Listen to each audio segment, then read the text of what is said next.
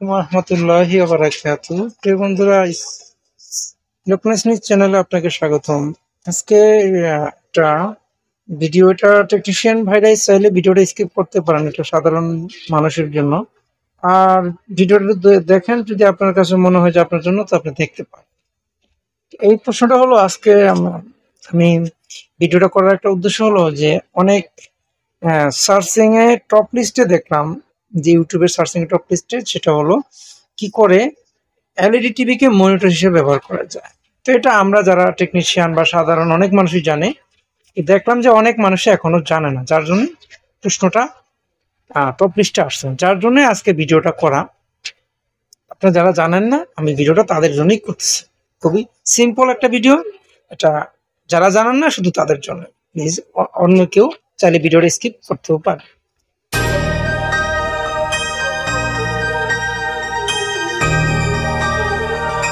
তো আপনি মনিটর কি হবে, আপনার টেলিভিশনকে কিভাবে মনিটর হিসেবে ব্যবহার করবেন। আপনার টেলিভিশনের পিছনে দেখবেন এরকম ভিজিএ লাইন আছে। মনিটরের পিছনে যেরকম লাইন থাকে, টেলিভিশনের এলইডি টিভির পিছনে এরকম ভিজিএ লাইন থাকে। বেশিরভাগ এলইডি টিভিতে থাকবে। এই যে দেখেন, এই যে টেলিভিশনটাতে কিন্তু ভিজিএ লাইন আছে। এই ভিজিএ লাইনটা থাকতে হবে আপনার এলইডি টিভি হোক, সিআরটি এলসিডি টিভি হোক। এলসিডিতে এখন খুব একটা নাই, তারপরে যদি থাকে সেখানে একটা ভিজিএ লাইন থাকতে হবে। ভিজিএ লাইন থাকার পরে আপনি সোর্স বা ইনপুটে যাবেন। কোনো রিমোটে লেখা থাকবে ইনপুট, কোনোটায় লেখা থাকবে সোর্স। তো আমরা এখান থেকে চলে গেলাম সোর্সে। সোর্সে যাবেন, সোর্সে গেলাম, যাওয়ার পরে পিসিতে যাবেন, ওকে দিবেন। এই যে হয়ে গেল আপনার এলইডি টিভিটা পিসি।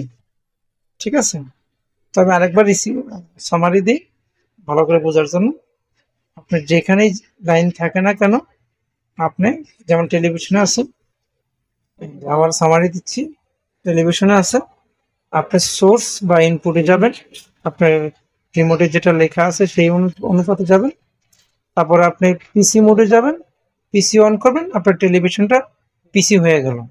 তো এইভাবে একটা এলইডি টিভি বা এলসিডি টিভি পিসি এবং মনিটর উভয় হিসাবেই ব্যবহার করতে পারবেন। এটা তৈরিটা হয় ওইভাবে। তো এই ছোট ভিডিওটা দেখার জন্য ধন্যবাদ।